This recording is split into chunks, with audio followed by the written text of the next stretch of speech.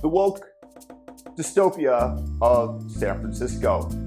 If you want to see a lesson in how to ruin a vibrant, wonderful city, look no more to the leaders of California, and specifically the ultra woke, the wokest place on earth, San Francisco. I left my heart in San Francisco no longer, because you should be picking up and moving if you're anywhere near the vicinity of this epicenter of this cancer of wokeness. Now, today, they have arrested this man who sprayed down a homeless woman who was in front of his store, costing him business, apparently accosting, yelling profanity, doing whatever homeless people do in the street. And I mean, that's why they need the poop patrol in San Francisco in order to clean up the ordinance, literally the ordinance almost, left by the homeless citizens.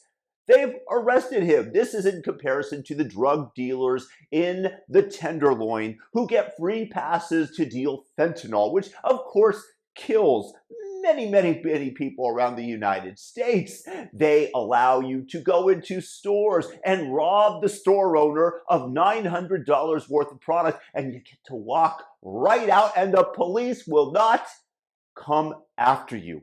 Commit a carjacking in San Francisco, and even as it's videotaped, they'll claim that they don't have enough evidence because you're young and black, or whatever excuse the old DA would give. Perhaps the new DA is a little bit better, but here they are arresting a man who's trying to defend his storefront for misdemeanor battery. In other words, you cannot do anything.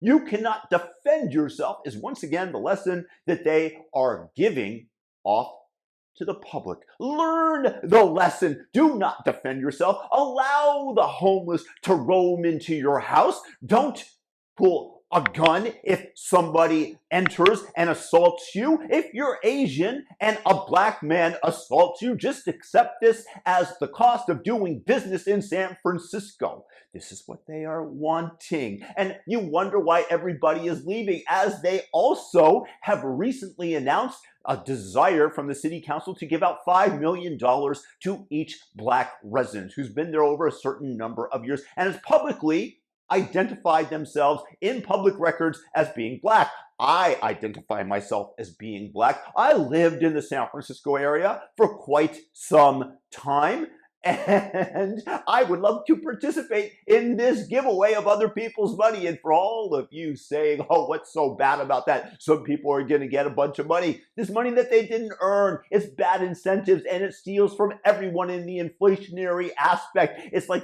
flooding. If you've saved your money and you were saving to buy a house, and suddenly you just flood the monopoly board to certain players because of their skin color, no racism there, tons of money, they're going to outbid you, and your money becomes worthless because it's an inflationary print. Who pays for it?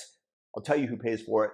The citizen who is struggling to stay alive, who is the middle class, who can't take advantage of the massive amounts of loopholes and tax breaks that the wealthy can, and will get to move at a moment's notice as California continues to raise taxes. You cannot afford to stay in San Francisco, in California. This is a woke dystopia, and this cancer has claimed this city. So, buena suerte con eso, señores. When you decide, hey, I really like it here, I'm going to stay and allow the government to destroy my life. I will allow the proliferation and encourage the proliferation of homeless people that will destroy my business, my livelihood.